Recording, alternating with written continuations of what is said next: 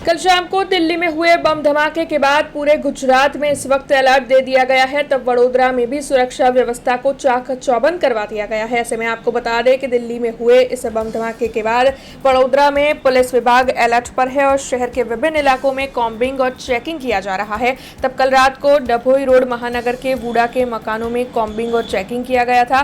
वडोदरा शहर पुलिस विभाग के डीसीपी, एसीपी और पीआई समेत के उच्च अधिकारी कॉम्बिंग और चेकिंग की प्रक्रिया में शामिल हुए थे। तब आपको ये भी बता दें कि वडोदरा शहर के सभी प्रवेश बिंदु पर भी चेकिंग चलाया गया है और वडोदरा शहर पुलिस विभाग की ओर से जनता से ये अपील की गई है कि ऐसे मुश्किल वक्त में जनता को जरा भी पैनिक होने की जरूरत नहीं है और खास तौर पर सोशल मीडिया पर फैलने वाली अफवाहों से इस दौरान अपने आप को दूर रखने की जरूरत है। वडोदरा शहर पुलिस विभाग अलर्ट पर है और चप्पे चप्पे पर अपनी नजर बनाए रखे हुए है, इसीलिए वडोदरा की जनता को डरने की जरूरत बिल्कुल भी नहीं है।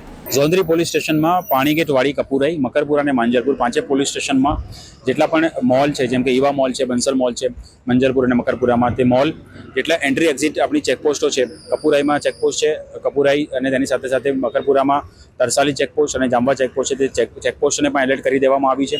તો ત્યાં પણ અલગ ટીમ બનાવીને ચેકિંગ હાથ ધરવામાં આવ્યું છે। તેની સાથે સાથે મોલ, ગેસ્ટ હાઉસ, હોટેલ, સિનેમાગૃહ તમામ જગ્યાએ અલગ ટીમો બનાવીને ચેકિંગ કરવામાં આવી રહ્યું છે। તેની સાથે સાથે જેટલી ભીડભાડવાળી જગ્યાઓ છે ત્યાં પણ ચેકિંગ કરવામાં આવી રહ્યું છે અને જે રૂટીન અમારા જે વાહન ચેકિંગના પોઈન્ટ છે ત્યાં પણ ટીમ બનાવીને વાહન ચેકિંગ હાથ ધરવામાં આવી રહ્યું છે। એક સંદેશો આપવા એ માંગીશ કે પેનિક થવાની જરૂર નથી। કંઈ પણ એવું આપને ધ્યાને પડે તો આપ તરત 100 નંબર કે 112 નંબર ડાયલ કરીને પોલીસનો કોન્ટેક્ટ કરી શકો છો। કોઈ પણ ખોટી ન્યૂઝ કે ખોટા પોસ્ટને વાયરલ કરવાની અને કંઈ પણ એવું આપણે ધ્યાને આવે તો તરત પોલીસ પાસે વેરીફાઈ કરવું અને એનો કોન્ટેક્ટ કરવો, પણ એને સ્પ્રેડ કરીને ના પોતે પેનિક થવું કે બીજાને પણ પેનિક કરવા જોઈએ નહીં।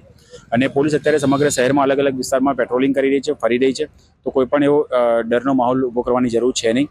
અને કંઈ પણ આપના ધ્યાને આવે છે તો આપ તરત પોલીસનો કોન્ટેક્ટ કરી શકો છો। हमसे जुड़े रहने के लिए हमारे YouTube चैनल को सब्सक्राइब करें और नई वीडियो की नोटिफिकेशन के लिए बेल आइकॉन को दबाएं।